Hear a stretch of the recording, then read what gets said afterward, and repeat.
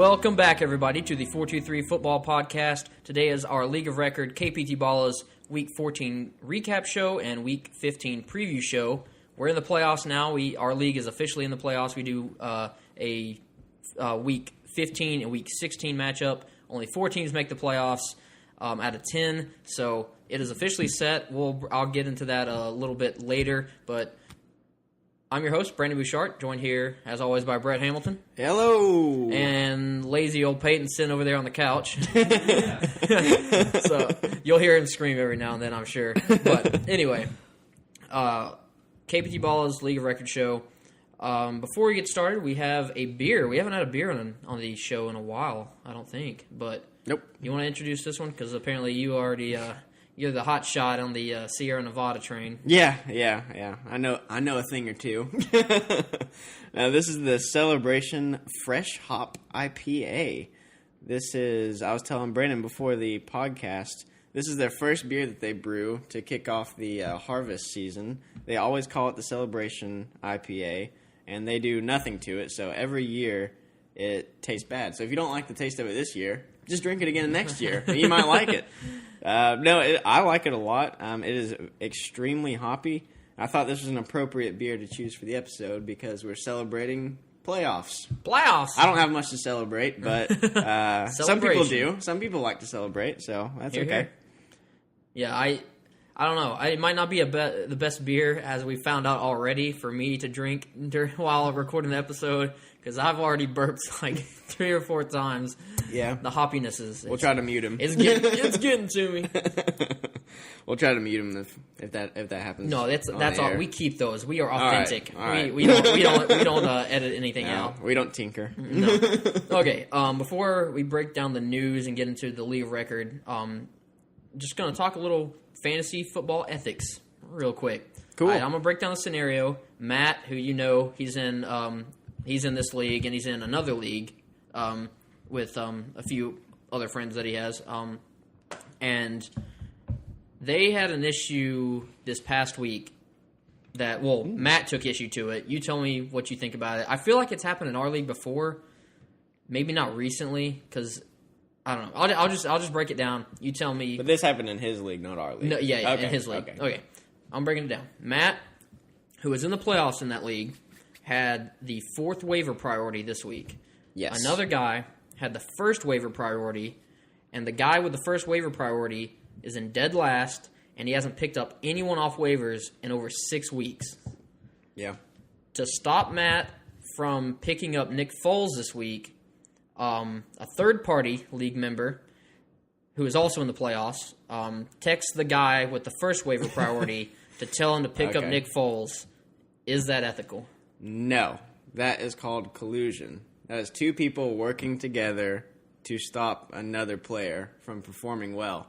That's like if I looked up the definition, it might have that example in there. No, where I thought you were going to go with it was, the guy hasn't been active. He's in dead last. He hasn't picked up anyone in 6 weeks, and then just out of the blue, just picked him up. No, that's fine. That's fine. I would say, there's no problem there. It might be a little fishy. But... It would be a little fishy. Not how you'd definitely have to ask some questions to see if he had any outside help telling him to do that from inside the league. Yeah. But no, that should be collusion. And if I was a league commissioner, I would definitely reverse that because that's not fair. Yeah.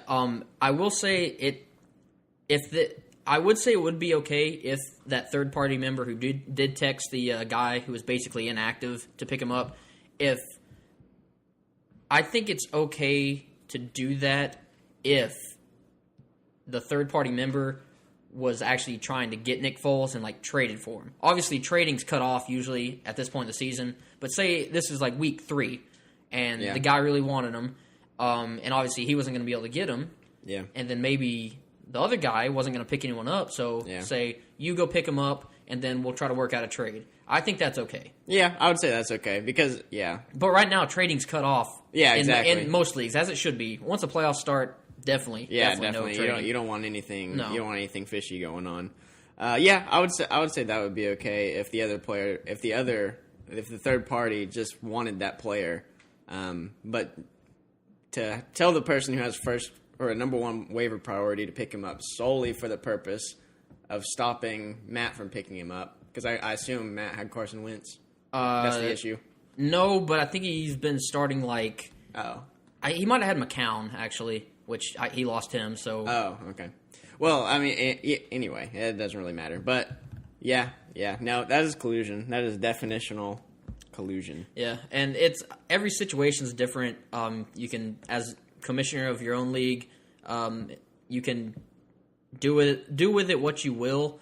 But yeah, I don't know. Like I personally think one of the most important jobs of the commissioner is to keep the league integrity and reverse things like collusion, because that could happen. You pick up. I mean, that could happen in any other league where you don't really know anyone. It's just like one of those online ESPN or NFL Definitely. leagues, and you don't know. But if you're like playing with a group of friends that you know and you talk to, I think one of the most important jobs of the commissioner is to stop or reverse issues regarding to collusion, because that just ruins the whole game. Yeah, speaking of back when, like in my early days of playing fantasy football, I remember I can't remember what site it was. I'm not going to mention the site because maybe that'll be I don't want to shame them or anything. No. But there are some sites where you can like actually put money in like directly and play with like 10 other or 9 other like people, just random people online. But you put money in and you can win like a signed football or something like that at the end of the league. But there was one league I did that in, and some guy had made 2 accounts and then had 2 teams in that league, and then just traded all the good players to one team, like his first 4 draft picks plus another first 4 draft picks. Yeah. So he had like a team where he started like 8 first 4 round picks. Yeah, it was dumb. See, now that is terrible. Yeah, and that's the risk you run of. Well, I guess you could do that if you just had 2 computers, or you had someone like a buddy draft for him. Yeah. That's bad. Yeah, I think we've been lucky, or I've been lucky as the commissioner of our league, where we haven't really had any major issues like this. We used to have a problem with our vetoes when we had vetoes. Was terrible. That was ugly. I am not in favor of vetoes at all. I think just as a commissioner, if there's obvious collusion or it's like completely lopsided, but I like just let things run its course, even if it might seem bad for one player. I honestly don't have problems with vetoes. It's just the way that most people use vetoes is the problem. They just think trade. Oh no, I don't want it. Yeah, I think the veto. The only time you should vote no, like vote a trade down, is in instances of collusion. So that way the league commissioner doesn't even have to deal with it. There's no integrity issue. It's just like everyone knows, oh, wow, this guy, these 2 are working together to help one player obviously benefit. But if it's just a trade that you're like, oh, I would never make that trade, but there's no collusion, you still have to vote yes. Yeah. Because it's a trade that they worked out together and they both agreed to. That's why I'd just rather leave the veto out of it, because hopefully you're in a league where that stuff doesn't happen very often, and we are. So I mean, if that stuff happened more often, like collusion, then Brandon would have a much more active role during the year, and it make his job a whole lot harder. Yeah, thank you to to at least you and Peyton over there for keeping the integrity. Yeah. All right. Now getting into the news. The last 2 episodes, if you listen to Wednesday's episode, you heard my disclaimer before the episode that Aaron Rodgers is back. Obviously, we didn't really get to discuss much about that because we didn't know he wasn't officially back yet, but he's officially back. I'll just ask you, is it worth the risk for the Packers to play him? Just not fantasy football related, is it worth the risk for the Packers to play him? And is it safe to play Aaron Rodgers in your fantasy playoffs? Well, I'm no medical doctor. Contrary to popular belief, I'm not a medical doctor. I could have sworn you was. No, so that's a hard decision to make for a team. It's extremely risky. I've read a few articles on it saying that there's no way that his injury is healed 100%. Yeah, they've already said that. Yeah, it is physically impossible. So anytime you play with it, like, it can be good enough to play, but it's still not going to be 100%. And so it's a fine line, And if he ends up getting injured again, I mean, it's going to start a whole nother conversation. Yeah, I will say, to be medically cleared by the doctors, apparently, I don't know if every injury is the same, but for his injury on the collarbone, it just had to be at 80%, Yeah, that's what I read. 80%. So it could be anywhere from that to 100. We don't really know. But it's obviously he's not dealing with pain, so that's good. Yeah. And people comparing it to Tony Romo's situation, I understand a little bit, but remember Romo did not elect to have surgery. Mm-hmm. Rodgers did. He had the plate. He had an aggressive surgery too. Yeah, the plates, the screws, the plates are actually completely it's a new technology that they used. I talked about this a few months ago when he actually had the surgery, but it's a new technology they use in the surgery, and it's like the plate is like curved, or like the curvature of the plate instead of just like a flat line plate that apparently helps the healing process and makes it stronger. But still, I mean, if he's gonna have to be careful out there. Obviously, he's not gonna be able to take hits. Yeah, and that's the problem. They're playing the Panthers, so it's not a good matchup. Brett Hundley has been just mediocre enough to not lose all of the games. And it's the Panthers. I don't know if Brett Hundley could win that game, especially in Carolina. It's just, and I mean, even if they win this game, the Packers aren't locked for the playoffs. No. I mean, multiple things have to happen. First of all, they have to win out, and they have to have other things fall in their favor. Exactly. So, I mean, it's already an uphill battle, even with starting Aaron Rodgers. No. I don't know. But I would definitely be willing to start him in fantasy this week. All right. I guess, obviously, we played a name game like every other sentence last episode. I'll do a quick one. This will be the last one here. So, would you rather play Rodgers or Cam Newton? Same game. Yeah, that's a really good question. I would probably lean Cam because he always has the propensity to get a rushing touchdown. Mm-hmm. And the Packers defense has stepped up quite a bit, especially in the secondary, and Cam Newton is not, I mean, I take no pleasure in picking Cam. But I do think that Aaron Rodgers will have to be limited as far as how much risk he's willing to take. Oh, yeah. And that will hurt fantasy production, so especially on the ground. Yeah. Rodgers or Russell Wilson? Remind me who the Seahawks are playing. Rams. Russell Wilson. Rodgers or Breeze? Rodgers. Rodgers or Rivers? Rivers playing in Kansas City. Kansas City.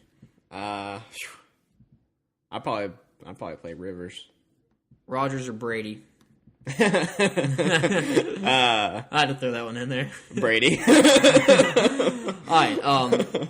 But yeah, I mean, you're still putting Rodgers in your top 10 if he's out there. Well, he's going to be out there. So we'll just see how he does and how he holds up. Yep. All right. Alvin Kamara, Zach Ertz, they had concussions last week. Both back to full participants at practice. Really good for Kamara owners. Yeah, they expect. I know they were sweating for the playoff picture. Yeah, they expect to play, so should be out there, should be ready to go. Bruce Arians says he has no idea if Adrian Peterson will play again this season, dealing with a neck injury. Neck injuries are one of the most, testy subjects you can talk about when it comes to football injuries, along with like back injuries. Yeah. But I've seen neck injuries ruin a lot of people's careers late in their careers. Yeah. But we'll just see. I wasn't really looking to start Adrian the rest of the way anyway. Nope. Okay, going to play a little in or out section.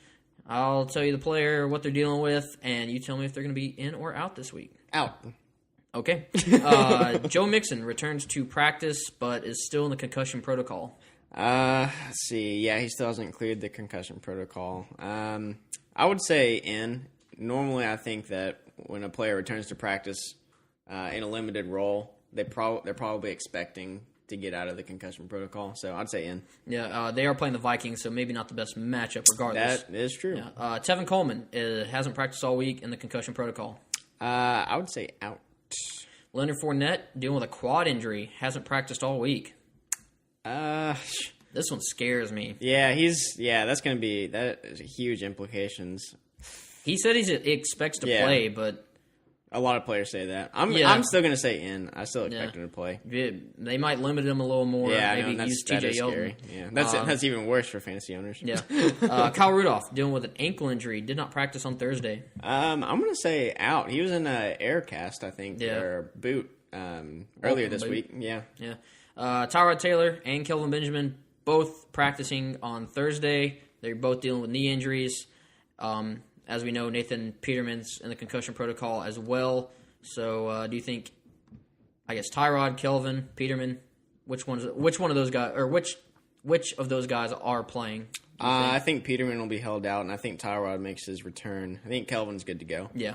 Tom Savage already listed as doubtful with a concussion. I think no. Yeah, I think he's out. He is out. Sterling Shepard, hamstring injury, limited on Thursday. That hamstring's popping up again. I know it's been the story this whole year with Sterling Shepard. I'm gonna say out. Hamstring is just too tough. Yeah. Another player dealing with a hamstring injury who's been dealing with it for a few weeks. Juju Smith-Schuster limited on Thursday.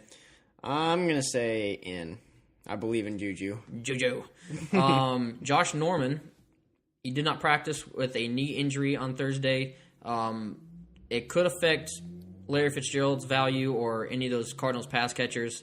So just something to monitor there. Damian Williams, he's been dealing with a shoulder injury for the past couple weeks. Obviously, we've seen the breakout of Kenyon Drake recently. Do you think Damian Williams will play this week? No. Yeah, I do. Yeah, I do. How much do you think that'll hurt Kenyon Drake's value? In this game, maybe slightly, but I still think if there's going to be touchdowns to be had, it's going to be Drake. All right, Amari Cooper, dealing with an ankle injury. He's already expected to miss this game, so just maybe something happens, but I wasn't really looking to start him anyway. And then last thing, DeAndre Hopkins dealing with a toe injury, did not practice on Thursday. What do you think about DeAndre Hopkins playing? I think he's going to play, yeah. And get shut down by Jalen Ramsey.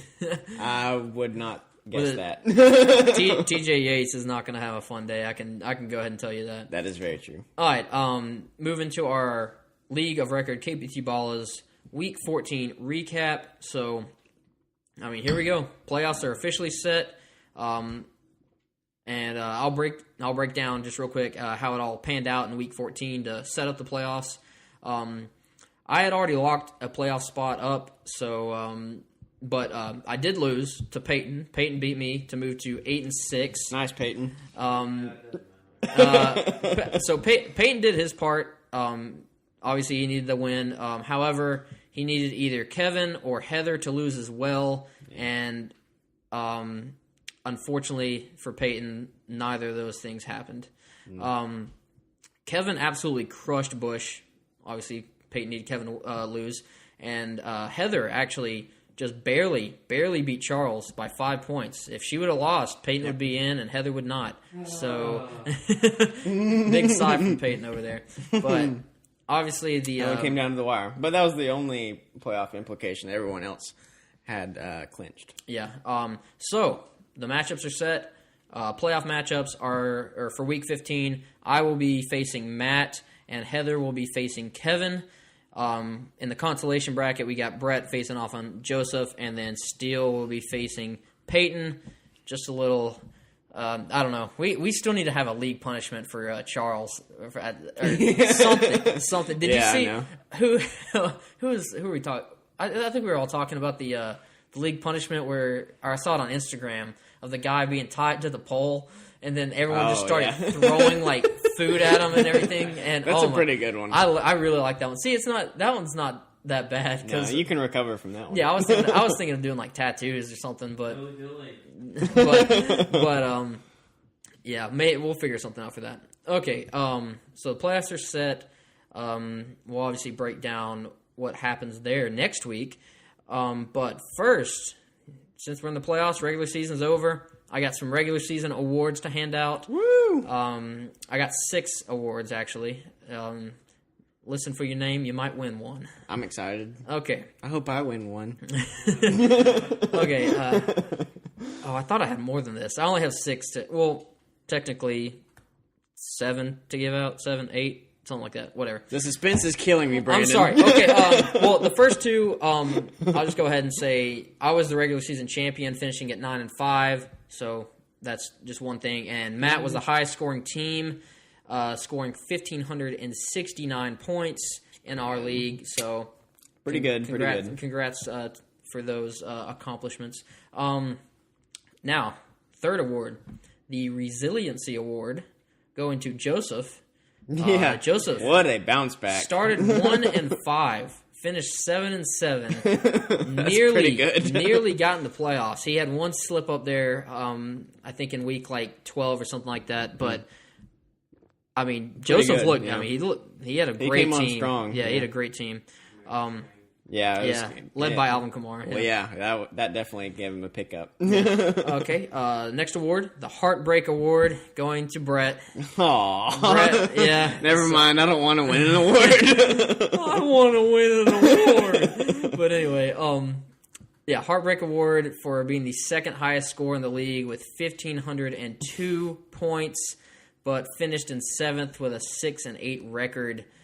It's just how fantasy football works sometimes. It's not fun in those situations. I actually looked at the breakdown, like how there's like standings and there's breakdown, like coach and everything. But the breakdown had you the breakdown basically says like if you were matched up with every team in the league, what you would do on the season, and you would have finished, or you'd be in second right now. Right. in that regard. So definitely, you got to play better defense, Brett. Better defense. I'm looking at it, and I was behind this past week, but I beat Matt this past week, and he is the